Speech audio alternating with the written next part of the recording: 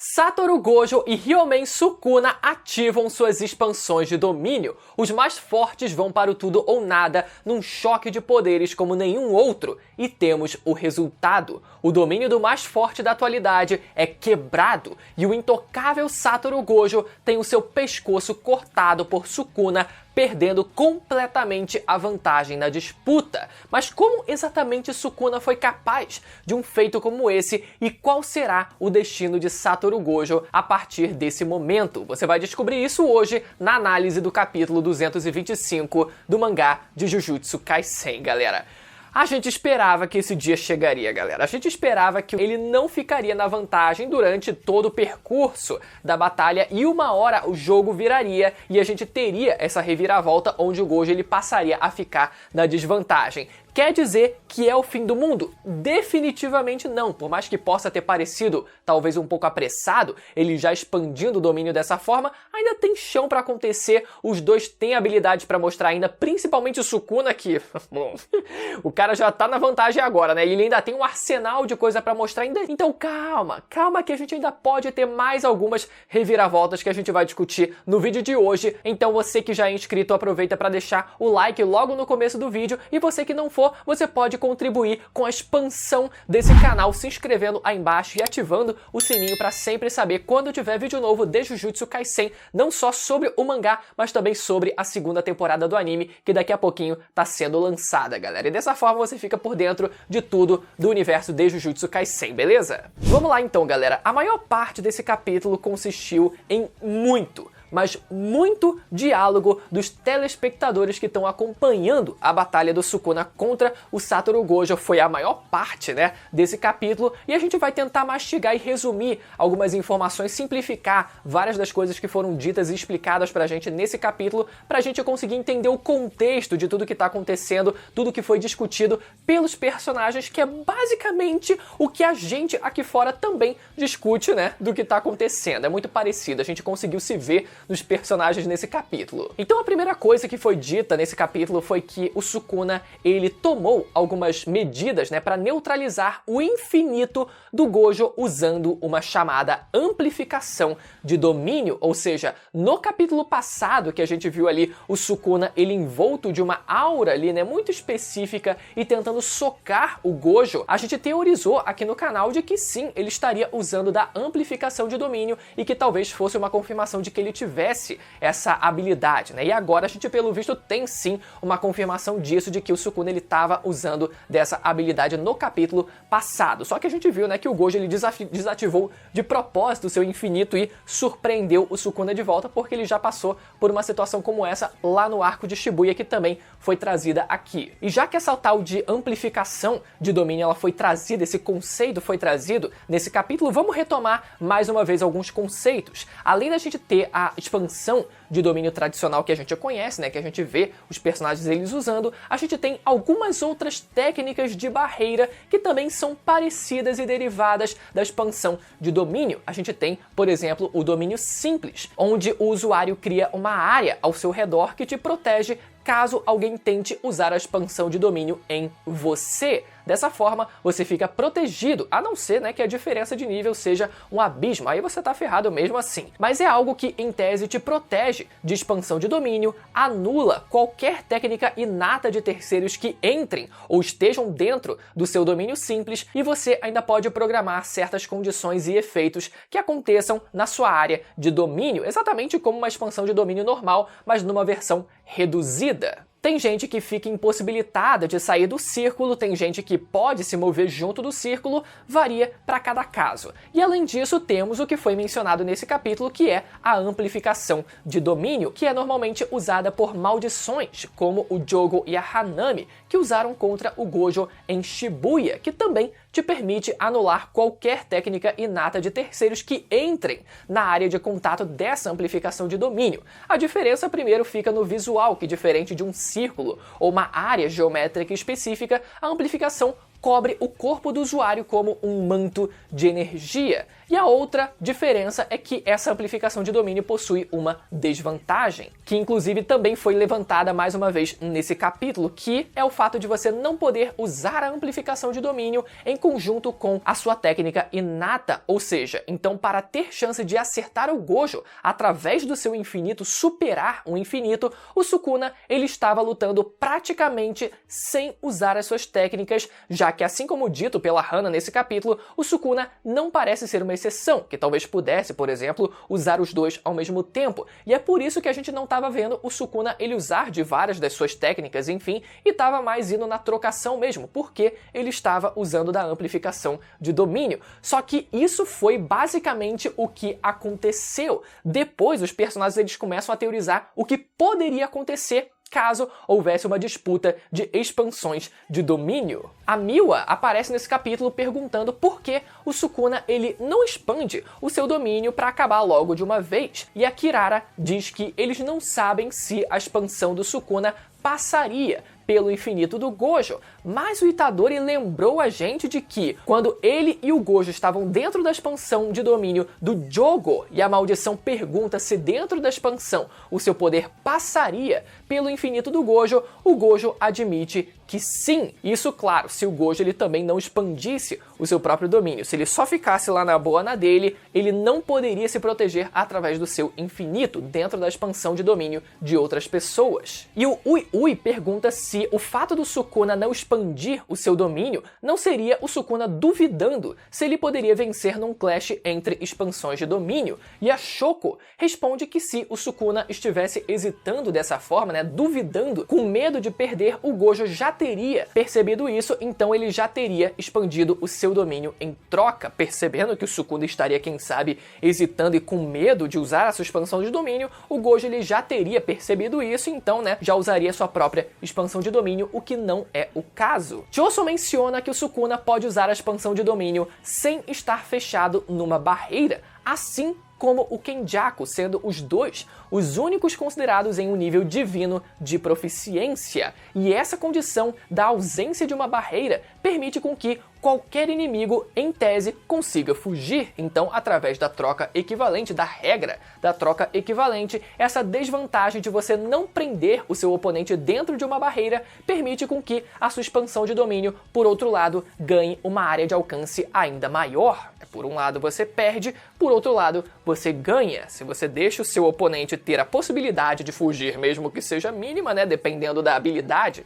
do seu inimigo, isso acaba sendo uma desvantagem para você, então você consegue ganhar do outro lado. No caso do Sukuna e do Kenjaku, que utilizaram dessa regra, isso fez com que as suas expansões ficassem ainda mais poderosas, mas ainda assim isso exige um nível de proficiência que nem o próprio Satoru Gojo possui. Só que como uma exceção a essa regra também é mencionado o Megumi nesse capítulo, sendo alguém que também foi capaz de usar uma expansão de domínio sem uma barreira. Só que a diferença gritante entre esses casos é que o Megumi ele não tinha dominado ainda a sua expansão de domínio e ele utilizou das paredes ali, dos concretos ao redor do prédio onde ele se encontrava para simular uma barreira, né, para de certa forma ali se beneficiar-se de certa forma ali da estrutura do próprio prédio. Então foi isso que ele fez e por isso que a expansão dele também não tinha uma barreira exatamente, mas isso só porque a expansão do Megumi ainda não era completa. E um detalhe curioso nesse capítulo é que quando foi mencionado que o Sukuna ele tem essa capacidade de expandir o seu domínio sem a necessidade de uma barreira, sem a necessidade de uma casca, sem um limite exatamente, todo mundo fica surpreso com essa informação. E por mais que tenha sido engraçado a gente ver a reação de cada um deles ali, meu Deus, surpreso com essa informação, cara, eles tiveram um mês para se preparar para essa batalha. Então, por mais que o Gojo, ele talvez se garanta, quem sabe, será que ele não poderia ter passado, eles não poderiam ter conversado sobre as habilidades dos seus oponentes e tenham deixado tudo claro para todo mundo ali? Acho que talvez tenha sido um pequeno vacilo ali. Por mais que tenha sido, talvez, prioritariamente para um certo alívio cômico no capítulo, ainda assim, foi algo que a gente pode questionar, né? Será que outras informações também não foram compartilhadas durante esse um mês que se passou? Poxa, eles tiveram mais tempo suficiente, né, para se prepararem direito para essa batalha. Yuta também diz que Sukuna tem cerca de o dobro de energia do que ele, e essa informação é muito interessante porque se a gente juntar essa informação com a informação de que a gente já sabia de que o próprio Yuta tem muito mais energia amaldiçoada que o próprio Satoru Gojo, a gente ficaria numa escala onde a gente teria o Sukuna,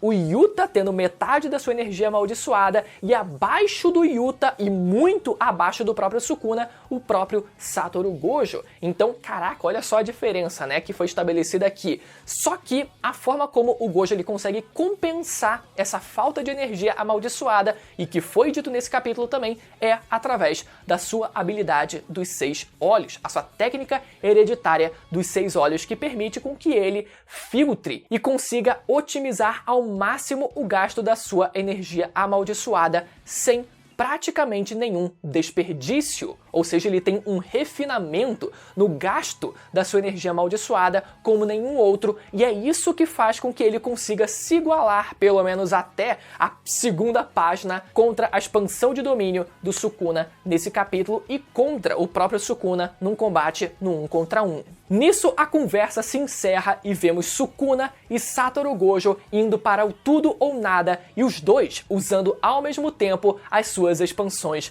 de domínio, galera. E o resultado desse choque de poderes são as suas expansões sendo igualadas. E isso eu imaginava que iria acontecer, até falei num vídeo recente que eu comentei aqui no canal de que seria interessante se os dois conseguissem se anular com as suas expansões de domínio para que o resultado não fosse definido logo depois disso, que a gente tivesse mais espaço para batalha. Só que por mais que tenha sido igualado a disputa da expansão entre eles, o resultado não permaneceu igualado. A gente vê o Santuário Malevolente dentro do vazio ilimitado e que cena linda, galera. Por dentro acontecendo a disputa do acerto garantido da expansão de cada um deles, para ver quem receberia todo o dano da habilidade do outro. Só que existe um detalhe que a gente pode reparar nessa cena, que é a posição de cada um dos personagens. Por mais que o Satoru Gojo ele esteja mais em foco pra gente, ele pareça maior pra gente, já que a gente tá vendo a perspectiva dele, afinal ele é o herói dessa história. Por outro lado, a gente vê o Sukuna acima do Satoru Gojo, e isso não foi à toa, galera. Com certeza o Gege ele já estava dizendo quem era o superior nessa história toda, e a gente vê o resultado logo nas páginas seguintes. Do lado de fora, vemos a esfera representando a expansão de domínio do Gojo, mas os cortes do Sukuna ultrapassam a barreira, dilacerando tudo ao redor, mesmo antes da barreira se quebrar. Prestem atenção nesse detalhe. E o Itadori dizendo que a barreira do domínio é vulnerável a ataques externos, ou seja, caso alguém fique martelando a barreira do lado de fora, e isso já foi tentado outras vezes no mangá, isso pode acabar afetando ali, né, a existência da barreira da expansão de domínio por consequência. Inclusive, a expansão de domínio ela também pode ser afetada por dentro, né? Se você tentar ali sair e empurrar de dentro para fora, também pode ser possível. Mas uma dúvida que a gente pode levantar é se os cortes do Sukuna não deveriam permanecer dentro da barreira do Gojo. Como que exatamente os cortes eles conseguiram ultrapassar a barreira do Gojo? Foi um negócio curioso esse, e é curioso porque, na verdade, é a primeira vez que a gente vê um choque de expansões de domínio como esse na obra, então a gente não teria exatamente como saber o que aconteceria. Mas por mais que faça até sentido, por um lado, que os cortes eles estivessem restringidos somente ali à parte interna da expansão do Gojo, já que literalmente existe uma barreira ali protegendo que os cortes eles continuem se expandindo, ainda assim pode ser, por exemplo, o mesmo efeito que a gente teria caso, sei lá, um caça passasse muito próximo da sua casa e ainda assim as coisas dentro da sua casa sofressem o impacto, né? Ou seja, o impacto é tão grande que ele consegue até mesmo ultrapassar concretos e etc. e barreiras, como esse caso, por exemplo, né? Então, por mais que talvez os cortes do Sukuna tendo saído, ultrapassado a barreira do Gojo, tenham perdido, quem sabe, um pouco da sua eficácia, um pouco do seu poder,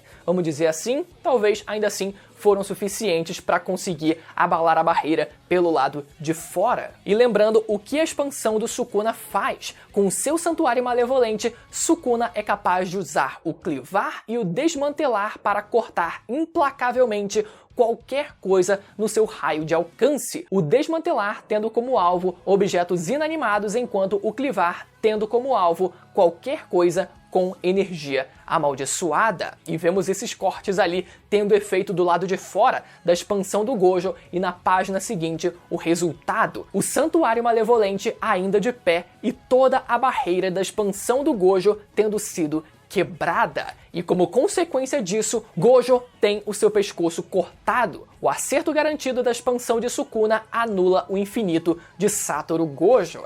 E agora, galera, será que acabou o Gojo? Ele pareceu meio preocupado naquela cena ali. Mas, galera, a gente já viu isso acontecer mais de uma vez, né? O Gojo literalmente morreu, quase morreu praticamente ali na sua luta contra o Toji Fushiguro. Depois ele usou a sua técnica reversa para conseguir se curar. Ele tem a habilidade de cura, então ele pode se curar sem problema nenhum. Mas ao mesmo tempo, pode ser que esse corte que a gente tenha visto nesse capítulo tenha sido só o primeiro, já que a gente já viu a consequência da expansão de domínio do Sukuna, que faz com que praticamente tudo ali seja completamente dilacerado. Então a gente poderia ver o Satoru Gojo já no começo do capítulo que vem sofrendo ainda mais cortes como consequência da expansão do Sukuna, assim como a gente viu, por exemplo, o Itadori recentemente também sendo completamente cortado pelo Sukuna, mesmo não utilizando, né, da sua expansão de domínio. Então com certeza ainda vai ter muito mais coisa para acontecer durante essa batalha, e eu vou continuar atualizando vocês aqui sobre essa reta final do mangá de Jujutsu. Eu quero saber a opinião de vocês aí nos comentários, e se você ainda tá um pouco perdido em tudo que tá acontecendo agora, atualmente, no mangá de Jujutsu, você pode acompanhar, você pode assistir os meus 2 últimos vídeos sobre o mangá de Jujutsu para você ficar um pouco mais por dentro de tudo que tá acontecendo, beleza? Vão aparecer na tela agora para você poder ir lá assistir. Até a próxima, tchau!